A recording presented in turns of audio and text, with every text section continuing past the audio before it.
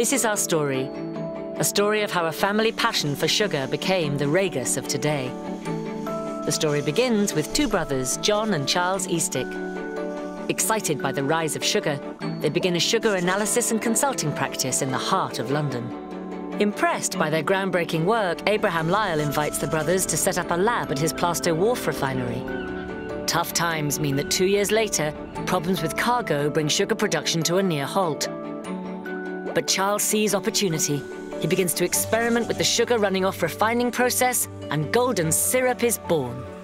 After great success, the ambitious brothers seek new adventures. Charles runs production at the Martineau refinery, whilst John leaves for Australia to oversee plantations in Bundaberg. Britain edges closer to war. Charles devotes his time to rationing. Later, he will receive an MBE for his services. Sugar refineries are struggling and fast becoming a part of our great British history.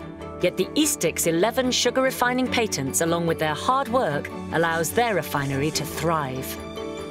Charles's invention never wanes, and he builds a new factory in Slough, beginning to make specialist sugars and fruit-based goods. He merges this venture with another of his companies and starts to produce inverted sugars, a sweetened moisture perfect for baking.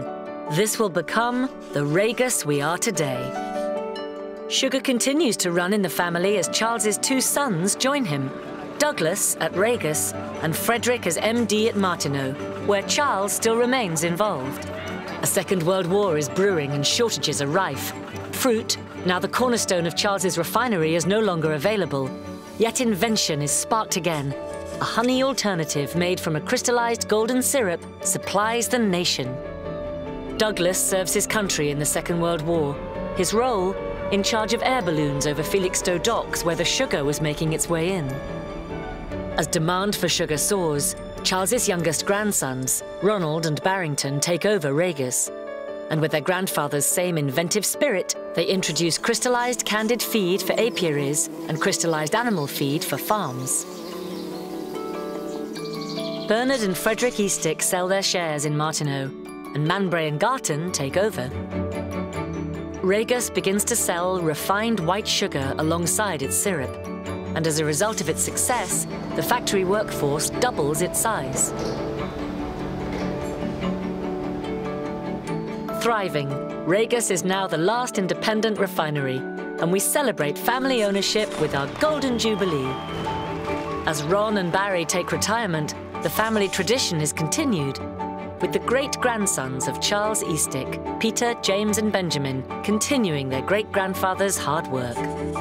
Today, they've taken our inventive refinery into the future, proudly seeing the factory move into a multi-million-pound, state-of-the-art refinery.